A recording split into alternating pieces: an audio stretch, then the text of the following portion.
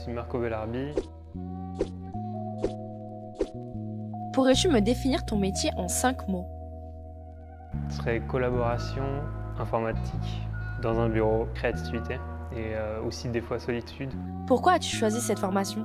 J'ai toujours été quelqu'un qui aime bien toucher aux machines, que ce soit des choses en bois, des choses en métal. Enfin, je suis très bricoleur à la base. Le fait d'être développeur, c'est un peu l'équivalent pour l'informatique. C'est construire des programmes, les faire fonctionner, voir comment ils fonctionnent, comment ils sont utilisés par les gens. Et c'est ça que j'aime bien, c'est construire des machines et voir comment elles vont être utilisées. Quelles compétences sont les plus importantes dans ton domaine?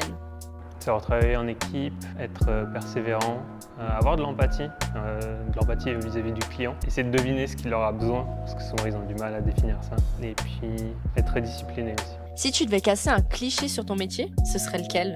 Qu'il faut être fort en maths pour faire de l'informatique. C'était vrai à une époque parce que les ordinateurs ils se sont développés à partir des besoins de calcul en maths, mais la grande majorité ils vont faire des applications pour les gens normaux, pour des clients, des entreprises. Ces utilisations-là, il n'y a pas besoin en fait de faire de mathématiques.